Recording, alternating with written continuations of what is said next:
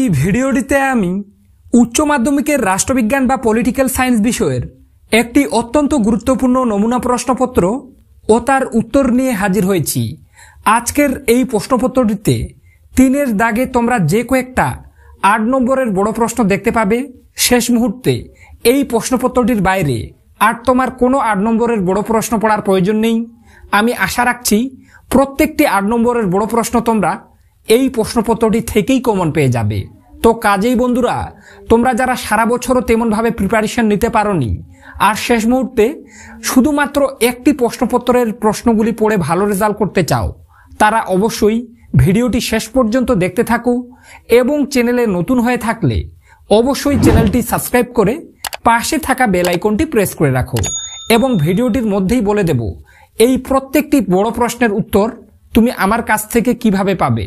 প্রত্যেকটি MCQ SAQ সহ 8 নম্বরের বড় প্রশ্নের উত্তর মাত্র আমি একটা পিডিএফ ফাইলে তোমাদেরকে দিয়ে দেব।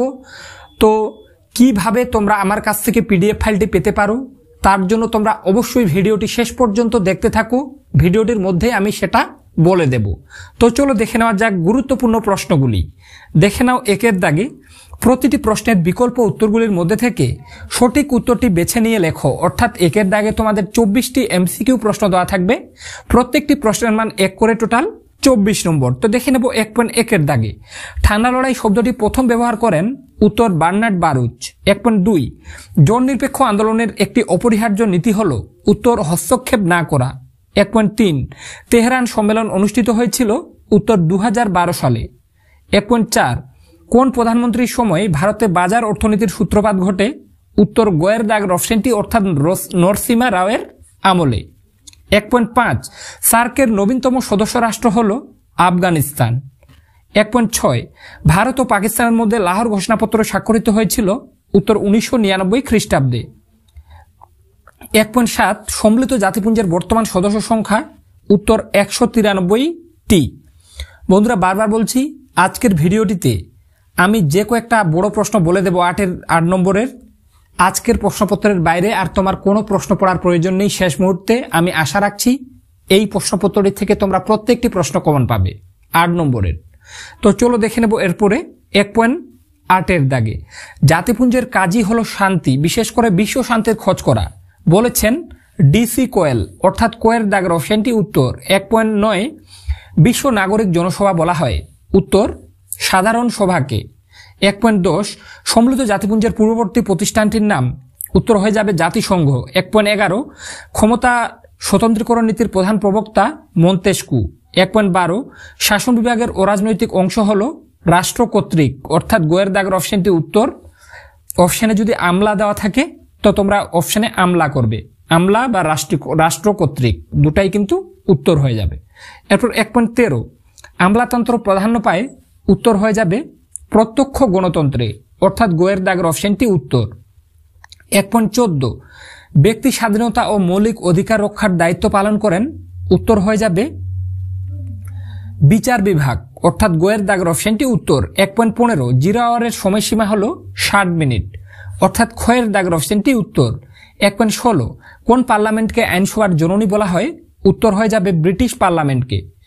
1.17 ভারতের প্রধানমন্ত্রীকে নিযুক্ত করেন রাষ্ট্রপতি। 1.18 রাষ্ট্রপতি কর্তৃক লোকসভায় কতজন সদস্য মনোনীত হন, উত্তর 2 জন। 1.19 রাজ্যসভায় সদস্যদের কার্যকালের স্বাভাবিক সময়সীমা হল, উত্তর হয়ে যাবে 6 বছর। 1.20 লোকসভা ও রাজ্যসভার যৌথ অধিবেশনে সভাপতিত্ব করেন স্পিকার। এরপর দেখে নেব 1.21-এর দাগে পশ্চিমবঙ্গের পঞ্চায়েত আইন প্রণীত হয়, উত্তর খয়ের দাগের অপশনটি, অর্থাৎ 1973 সালে। পশ্চিমবঙ্গের পঞ্চায়েত আইন প্রণীত হয় 1973 সালে, অর্থাৎ খয়ের দাগের অপশনটি উত্তর। 1.22-এর দাগে বড় শহরের পৌর প্রতিষ্ঠানকে বলা হয়। তো আশা রাখি এই প্রশ্নের উত্তর তোমরা প্রত্যেকে জানো। এই প্রশ্নটির সঠিক উত্তর কি হবে তোমরা অবশ্যই আমাকে কমেন্ট সেকশনে কমেন্ট করে জানাতে ভুলবে না। আমি দেখতে চাই তোমরা যারা ভিডিওটি দেখছো তার মধ্যে কতজনে এই প্রশ্নটির সঠিক উত্তর করতে পারছো। 1.23-এর দাগে কলকাতা কর্পোরেশনের প্রধানকে কি বলা হয়, তো উত্তর হয়ে যাবে মেয়র। এরপর 1.24-এর দাগে গ্রাম পঞ্চায়েতের সদস্যদের কার্যকালের মেয়াদ হল, উত্তর হয়ে যাবে 5 বছর। তো বন্ধুরা, একের দাগে যে 24টা এমসিকিউ প্রশ্ন বললাম, প্রত্যেকটা প্রশ্ন গুরুত্বপূর্ণ। আমি আশা রাখছি এখান থেকে কয়েকটা প্রশ্ন তুমি কিন্তু কমন পেয়ে যাবে। আর আজকের ভিডিওটিতে 3-এর দাগে যে কয়েকটা 8 নম্বরের প্রশ্ন বলবো, তুমি যদি প্রত্যেকটি রেডি করতে পারো, এর বাইরে কোনো প্রশ্ন পড়ার প্রয়োজন নেই। সারা ইউটিউবে বন্ধুরা এতটা ডিটেলসে এত কম প্রশ্ন নিয়ে কোনো চ্যানেল তোমাদেরকে এতটা কনফিডেন্স দিয়ে বলবে না যে একটি প্রশ্নপত্রের বড় প্রশ্ন পড়ে গিয়ে প্রত্যেকটা কমন পাবে। একমাত্র আমাদের চ্যানেল থেকে বলে দেওয়া হয় প্রতি বছর ছাত্রছাত্রীরা আমি যেভাবে বলি তেমন ভাবেই কিন্তু উচ্চ মাধ্যমিক পরীক্ষায় কমন পেয়ে যায়। এবছরও বিকল্প হবে না। তোমরা 100% আমাদের চ্যানেলটি সাবস্ক্রাইব করে পাশে থাকা বেল আইকনটি প্রেস করে রাখো এবং প্রত্যেকটা ভিডিও শেষ মুহূর্তে যেগুলো আসবে ফলো করে যাও। তোমার রেজাল্ট কিন্তু ভালো হতে বাধ্য। তাই বারবার বলা হচ্ছে, চ্যানেলে নতুন হয়ে থাকলে অবশ্যই তোমরা চ্যানেলটি সাবস্ক্রাইব করে পাশে থাকা বেল আইকনটি প্রেস করে রাখবে, যাতে কোনো ভিডিও তোমার মিস না হয়ে যায়।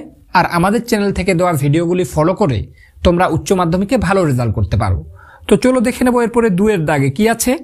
নিম্নলিখিত প্রশ্নগুলির অতি সংক্ষিপ্তে উত্তর দাও। অর্থাৎ 2-এর দাগে তোমাদের 16টি এসএকিউ প্রশ্ন দেওয়া থাকবে। প্রত্যেকটি প্রশ্নের মান 1 করে, টোটাল 16 নম্বর।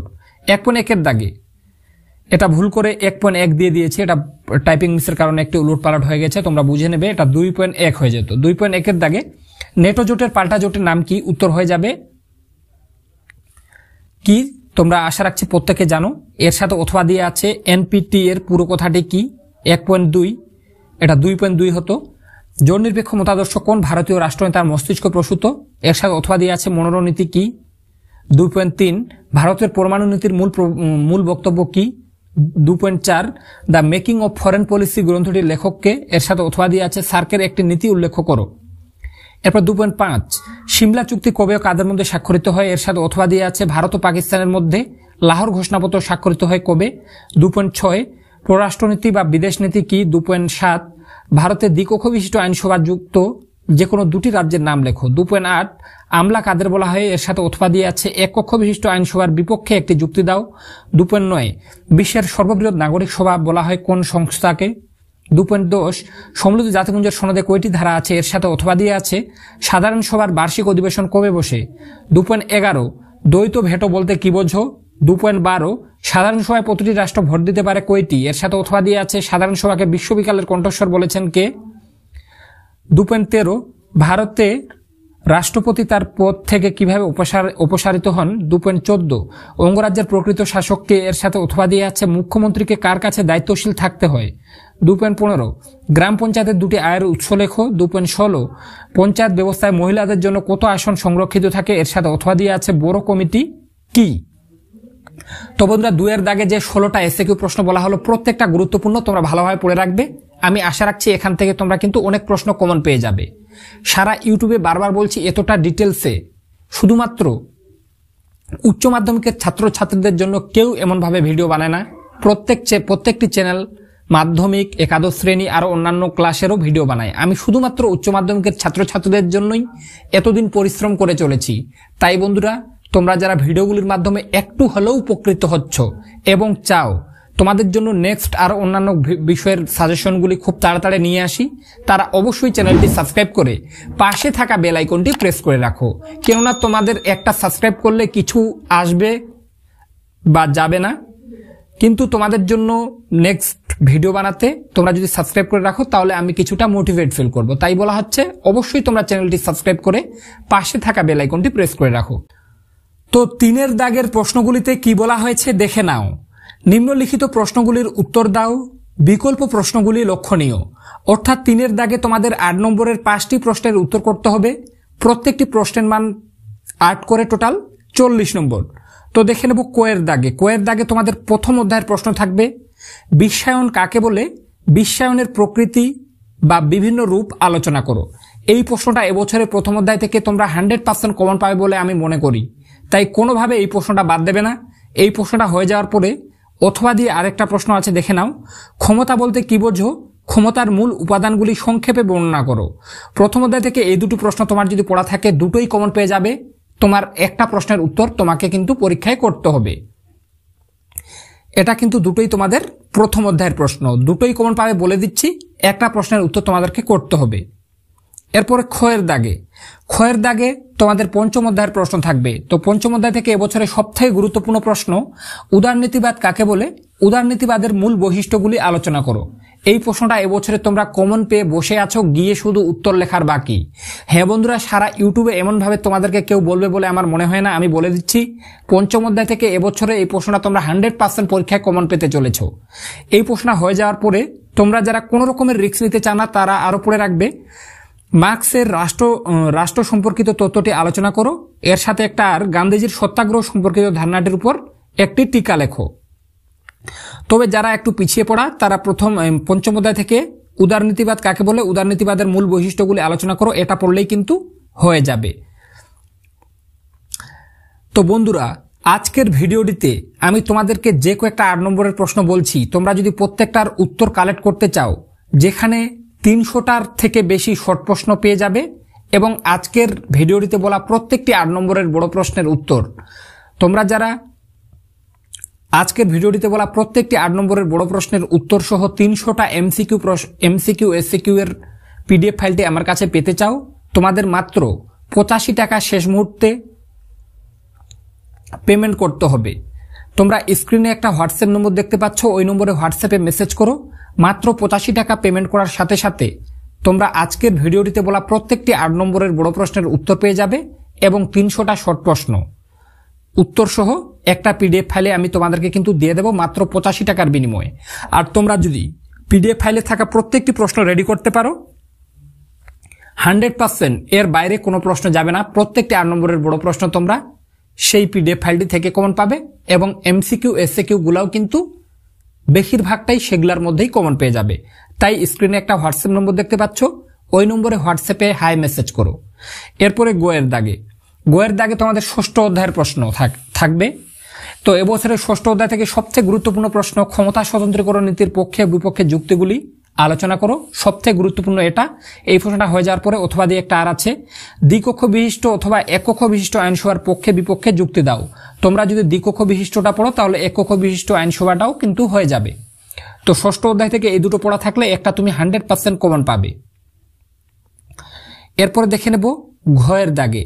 তো ঘয়ের দাগে তোমাদের 7ম অধ্যায়ের প্রশ্ন থাকবে। তো এবছরের 7ম অধ্যায় থেকে তোমরা যারা একটা প্রশ্ন পড়তে চাও, তারা একটাই পড়বে, সেটা হলো ভারতের রাষ্ট্রপতির ক্ষমতা ও কার্যাবলী আলোচনা করো। এই প্রশ্নটা পরীক্ষায় এসে গেছে, তোমাদের গিয়ে উত্তর লেখার বাকি। এর সাথে একটা আরো প্রশ্ন, ভারতের কোনো একটি রাজ্যের মুখ্যমন্ত্রীর ক্ষমতা ও পদমর্যাদা আলোচনা করো। এই দুটো প্রশ্ন পড়া থাকলে এর বাইরে প্রশ্ন যাবে না। এবং তোমরা যারা আজকের ভিডিওটিতে বলা প্রত্যেকটি 8 নম্বরের প্রশ্নের উত্তরের পিডিএফ ফাইলটি চাও, তোমরা স্ক্রিনে একটা হোয়াটসঅ্যাপ নম্বর দেখতে পাচ্ছ, ওই নম্বরে হাই মেসেজ করো। মাত্র 85 টাকা তোমাদের পেমেন্ট করতে হবে। পেমেন্ট করার সাথে সাথে তোমরা 300টা শর্ট প্রশ্ন সহ আজকের ভিডিওটিতে বলা প্রত্যেকটি 8 নম্বরের বড় প্রশ্নের উত্তরগুলি একটা পিডিএফ ফাইলের আকারেই কিন্তু পেয়ে যাবে।